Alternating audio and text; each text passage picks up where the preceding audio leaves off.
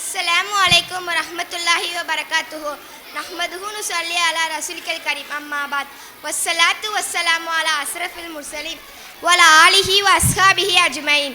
ஏக இறைவன் அல்லாஹ்வை போற்றி புகழ்ந்து நபி ஸல்லல்லாஹு அலைஹி வஸல்லம் அவர்கள் வாழ்க்கை வழிமுறைகளை பின்பற்றிய சஹாபாக்கள் மீதும் தாபீன்கள் மீதும் தாபீன்கள் மீதும் நம் நல்லடியார்கள் மீதும் நம் அனைவர்களின் மீதும் அல்லாஹ்வுடைய சாந்தியும் கருணையும் என்றென்று நின்று நிலவட்டுமாக.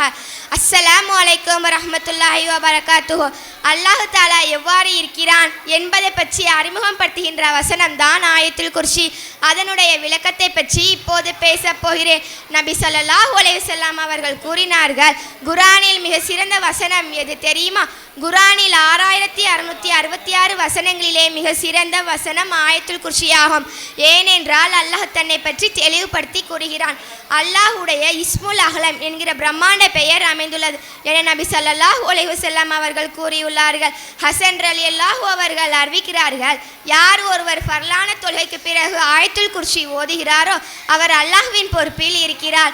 அபூ உபமர் அலி அவர்கள் கூறுகிறார்கள், யார் ஒவ்வொரு ஃபர்லான தொழுகைக்கு பிறகும் ஆயத்துல் குர்சி ஓதுகிறாரோ அவருக்கும் சொர்க்கத்திற்கும் இடையே உள்ளது மரணம் மட்டும்தான்.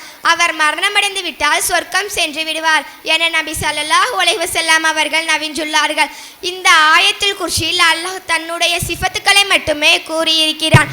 அல்லாஹு லா இலாஹ இல்லாஹுல் கய்யுல் கய்யூம் லா தஹ்ஜுது ஸீனத்து வலா நம் லஹு மா ஃபிஸ் ஸமாவாதி மண்டலத் லஹு மா ஃபிஸ் ஸமாவாதி மண்டலதி யஸ்ஃபஹு இந்தஹு இல்லா ஃபி இத்னிஹி யஅலமு மா பைன ஐதீஹிம் வமா கல்ஃபஹும் வலா யுஹீதுன பிஷைஇன் மின் இல்மிஹி இல்லா பிமா ஷாஅ வஸிஅ குர்சியுஹுஸ் ஸமாவாதி வல் அர்த் வலா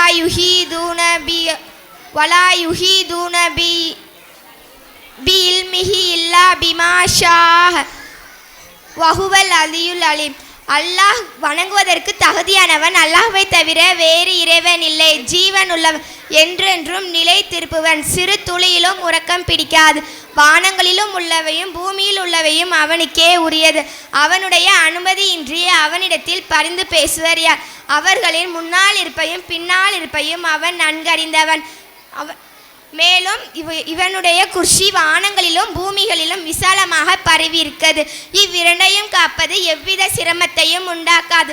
மேலும் உயர்ந்தவன், மிக்க மகத்துவம் மிக்கவன். மேல் அல்லாஹுடைய பெயர்களை கொண்ட இந்த வசனங்களை இன்மேலும் மறுமேலும் அறிந்த அல்லாஹ் வெற்றி பெற தௌஃபீக் செய்வானாக. வாஹிர் தவான அனில் ஹம்துலில்லாஹி ரப்பில் ஆலமீன். அஸ்ஸலாமு அலைக்கும்.